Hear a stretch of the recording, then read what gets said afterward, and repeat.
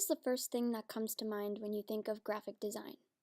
You might be thinking, oh, those people that make the websites look all pretty. Although that is not a completely false statement, it's only a tiny, minuscule portion of what a graphic designer really does.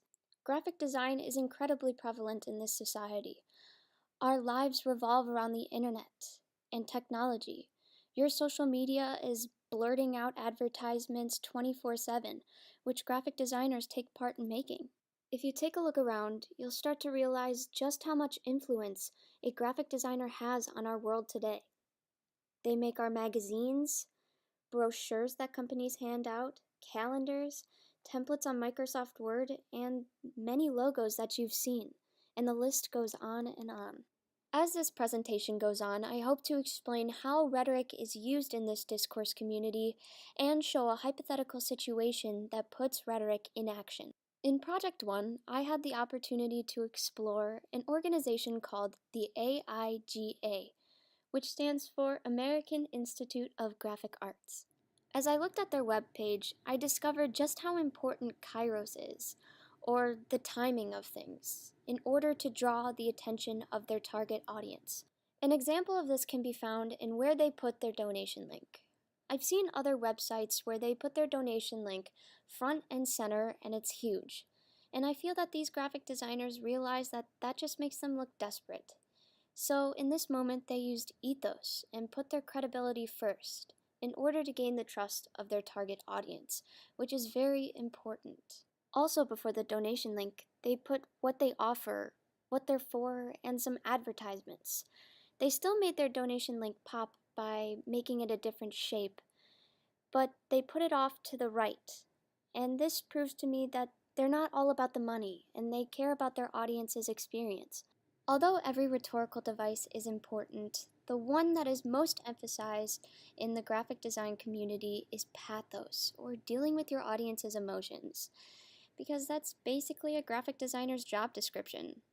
You have to appeal to your audience's emotions in order to make them, let's say, buy the product that you're selling. I also feel that pathos is very emphasized mainly because graphic designers don't always deal with writing or words. Sometimes emotions can be drawn out by the colors that they use. Different color palettes can correlate to different emotions. For example, if you see a color scheme that's more focused on cool colors such as blue and purple, that usually means that the graphic designer is trying to draw out the emotion of sadness, which then can be used for projects such as public memorial service videos or some forms of charity. When I was working on Project 2, I interviewed Mr. Leja. He's a graphic designer and a family friend of ours. He opened my eyes to the immense importance of focusing on your target audience, and he told me that that's something a graphic designer tends to forget. Let's say a graphic designer is assigned a project where they have to create a brochure for a company that sells cars, and their target audience's age range is 50 to 60 plus. As Mr. Leja says, the first thing that deteriorates as you grow old is your eyesight. So you could make the most beautiful brochure known to man and be the most creative person. But if that font is too small and they can't read it, it's scrap. And that could be their downfall and ruin their entire reputation, just because they didn't keep their target audience in mind. Now moving on to my hypothetical situation that puts rhetoric in action. It will show that in order to be a graphic designer, you need to be able to pinpoint exactly what emotion you want to draw out of your audience. And sometimes it's not what you expect.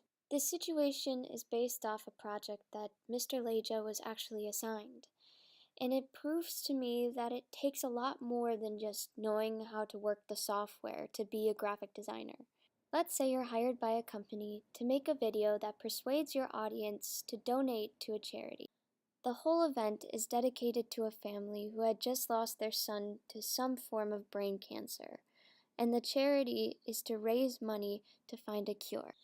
Now, when cancer pops in your head, the immediate emotion that you think of is sadness.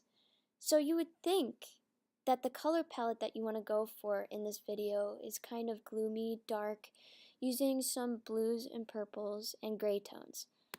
This is where the true skill of a graphic designer really comes out, and their credibility can be established at this point. Although cancer may sound like a sad topic, you have to remember that the family is here. You're not here to remind them how sad and horrible their situation is. It only makes them feel worse. What you need to do is show that there's hope. Hope in finding a cure. You want that to be the state of mind of your audience. So instead of using those cool colors like we mentioned before, you would probably stick to the warmer side of the color spectrum, using colors such as pastel oranges and yellows to provide that sense of comfort. Not only will this put the family in a better mood, but for the rest of the audience, it will provide this sense of hope and persuade them to donate money in order to help future victims. Noticing small details like this and doing something as simple as changing the color palette can change your entire project into a complete success. I like to think of myself as a pretty creative person, but after having this conversation with Mr. Leja, I was completely shocked that you wouldn't use cool colors in this situation. I would have never guessed to use warm colors in order to provoke that state of mind of hope. But that just reminds me that I have more to learn, that I don't know it all. And just because I have some art background doesn't make me an expert.